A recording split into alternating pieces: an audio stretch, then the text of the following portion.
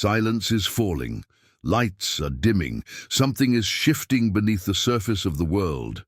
Even now, while many sleep in comfort and routine, a quiet movement is unfolding in the unseen realm. It cannot be measured by instruments, tracked by headlines, or fully explained by reason, yet its effects are rippling through hearts, churches, and nations alike.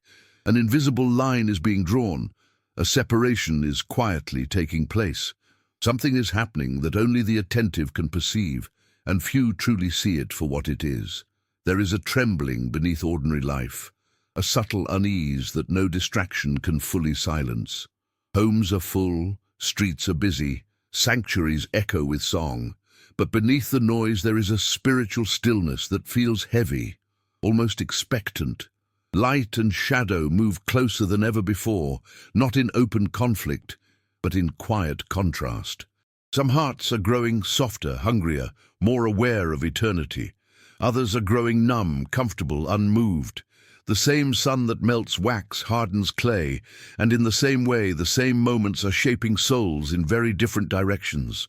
A wind is passing through the field, and it is bending every stalk. Some bow in surrender, others stiffen in resistance.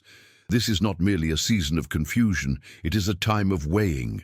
What once could remain hidden is now being brought gently but firmly into the light.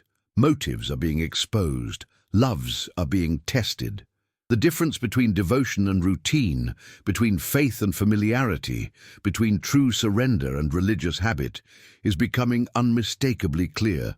Many still speak the right words, lift their hands, and repeat the familiar language of belief, yet their inner world is far from the fire of living communion. Others, unnoticed and unseen, are clinging to God in the quiet, in tears, in surrender, in the hidden places of the soul. There is a divine tension in the air, like the stillness before a storm that cleanses the land. Not a storm of destruction, but of revelation. What is rooted in truth is being strengthened. What is built on appearance alone is beginning to tremble.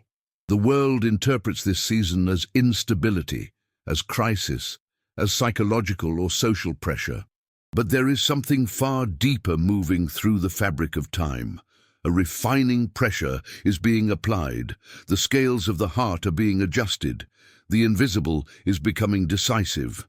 Many feel restless without knowing why.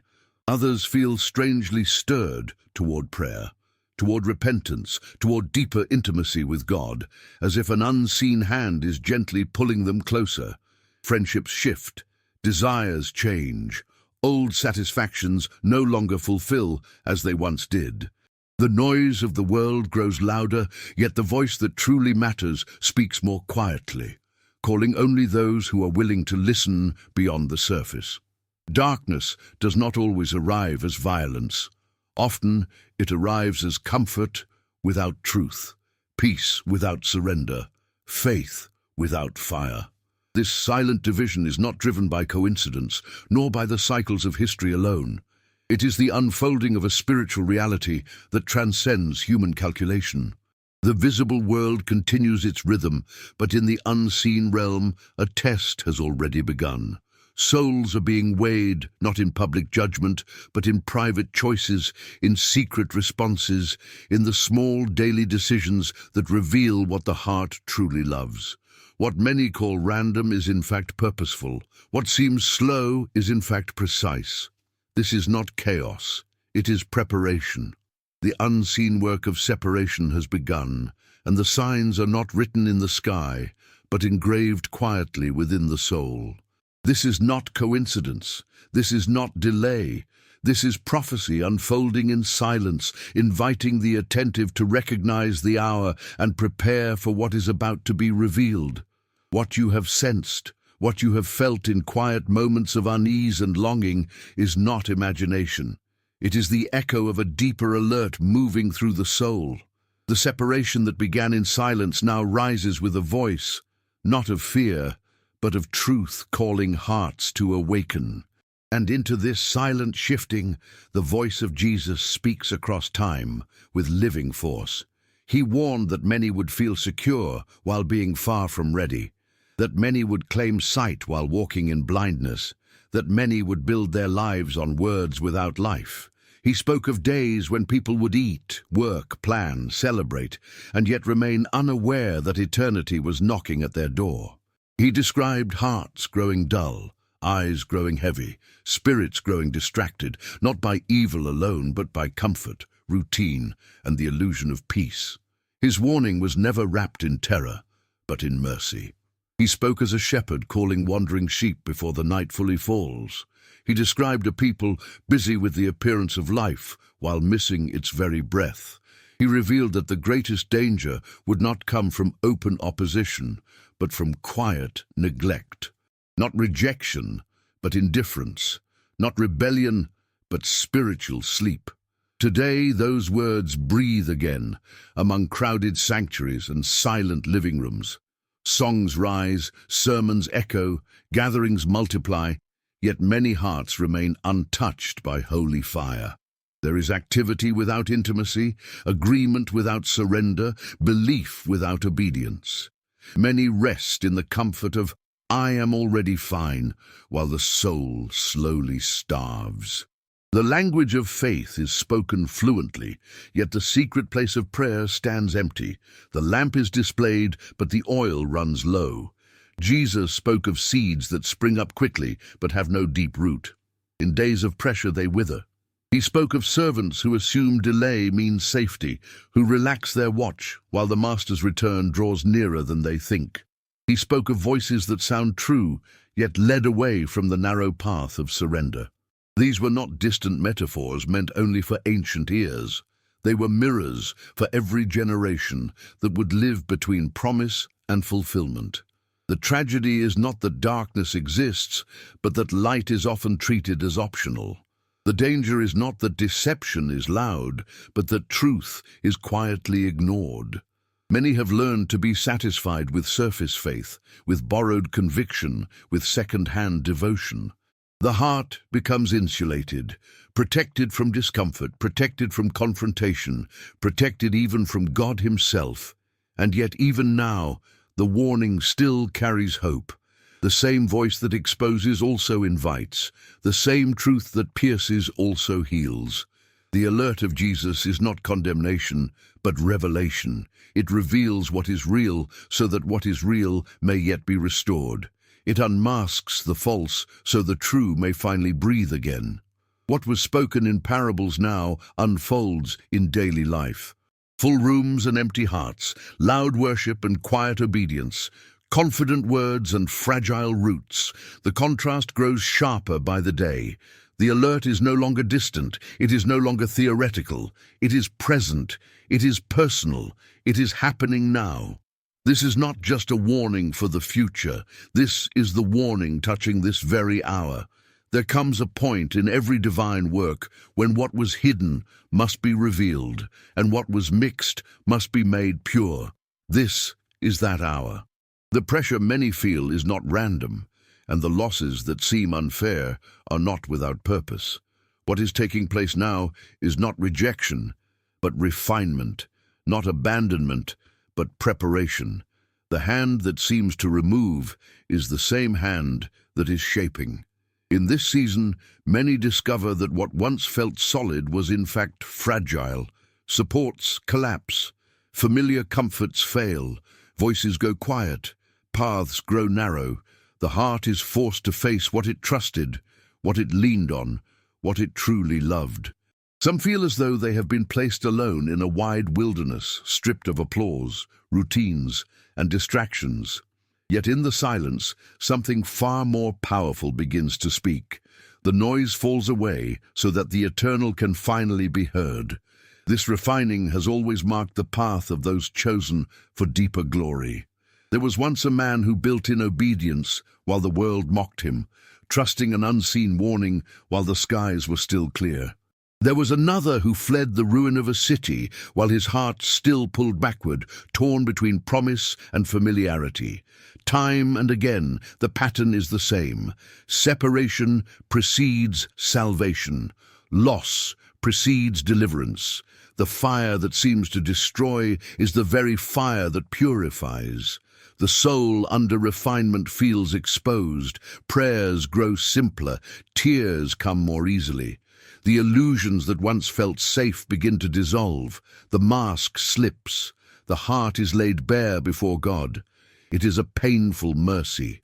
The wind shakes what can be shaken, so that what cannot be shaken may remain. The fire touches what is impure, so that what is eternal can shine without mixture. Some interpret this season as punishment, but it is not. It is preparation. Gold does not fear the furnace, for the furnace only removes what is not gold. The Father does not refine what he intends to discard. He refines what he intends to use. If you feel the heat, it is not because you are forsaken. It's because you are being formed for something weightier than what you have known. Many feel isolated in this hour, misunderstood even by those closest to them. Old friendships shift, old environments no longer fit. What once entertained now feels empty. What once satisfied now feels shallow. This isolation is not abandonment. It is invitation. It is the quiet drawing of the soul into deeper dependence, deeper surrender, deeper trust. It is in the hidden place that the deepest work is done.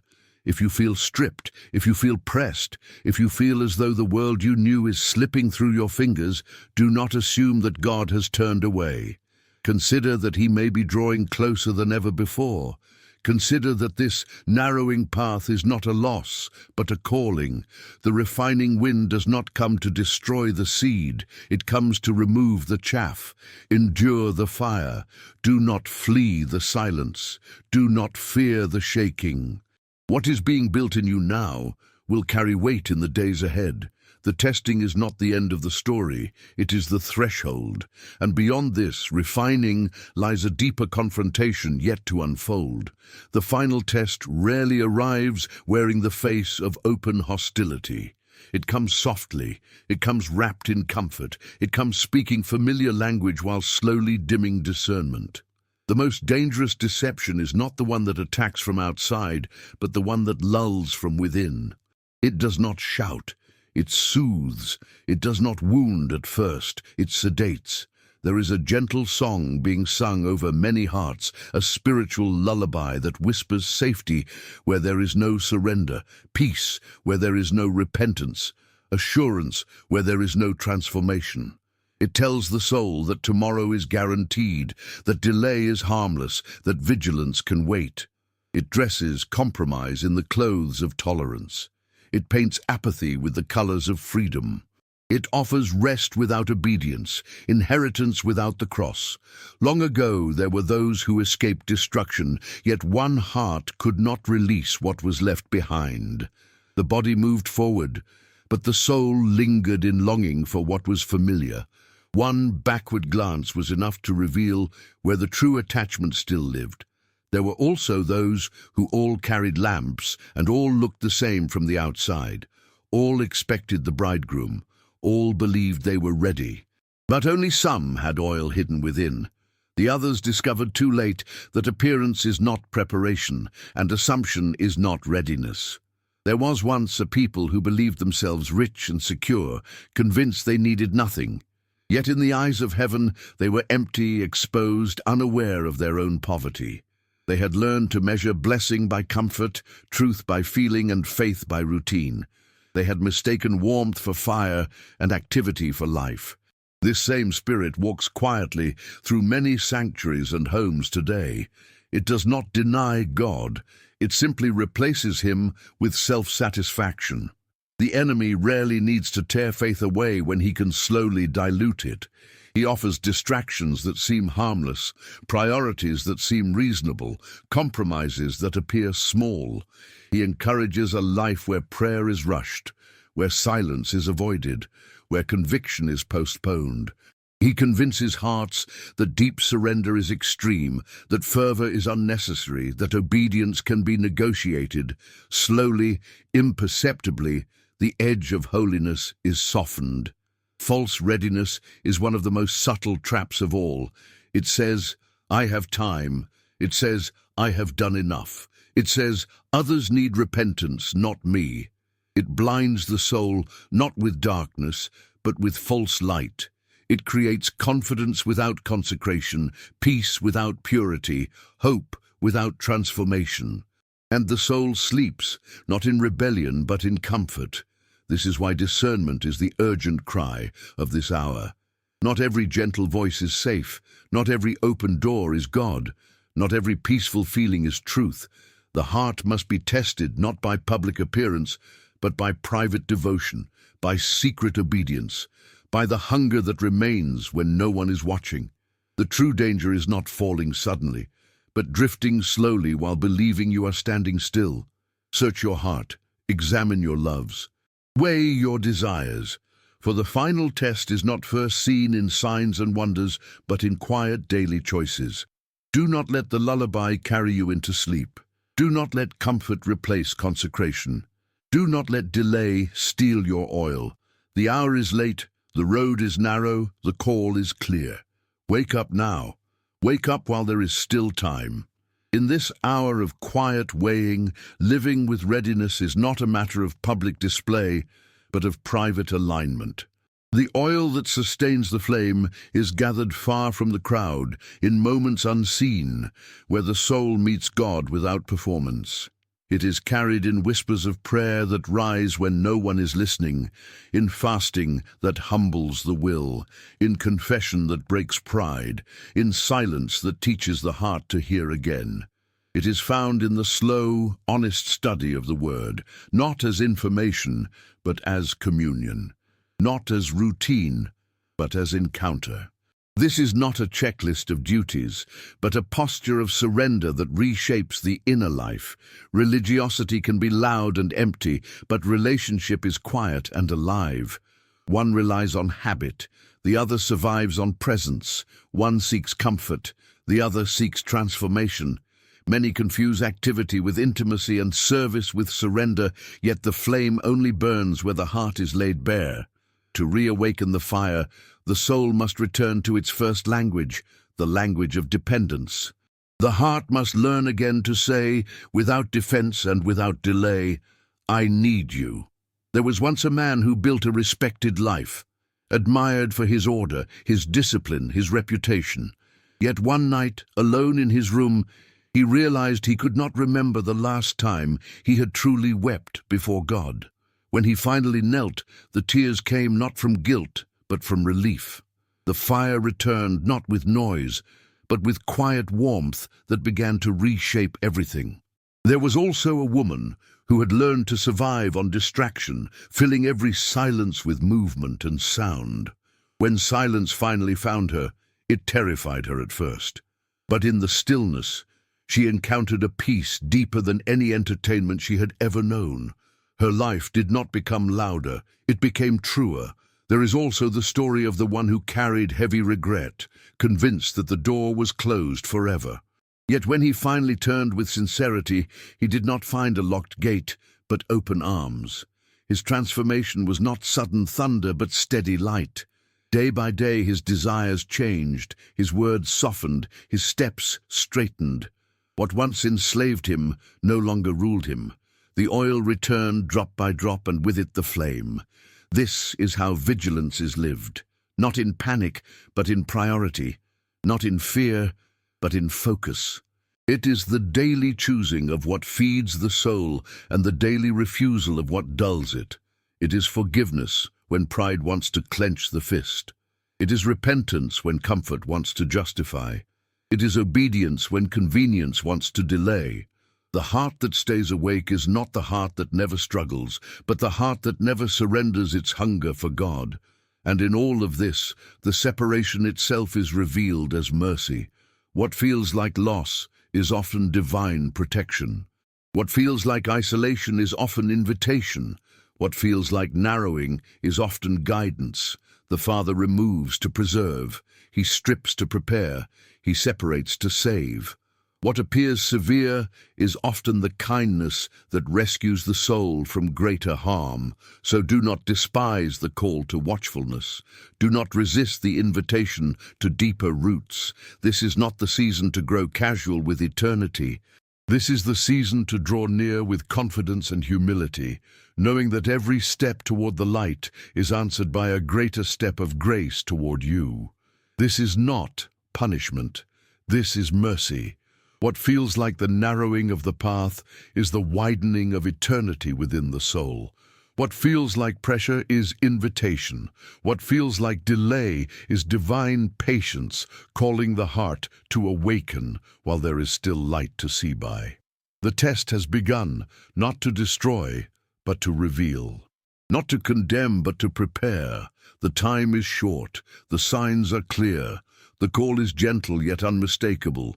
The soul is being weighed not by noise or spectacle, but by quiet faithfulness, by hidden obedience, by unseen surrender.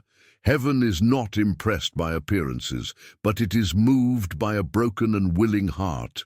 The time is short, the signs are clear, the call is near. The door of mercy still stands open, not because the hour is far away, but because love waits as long as it can.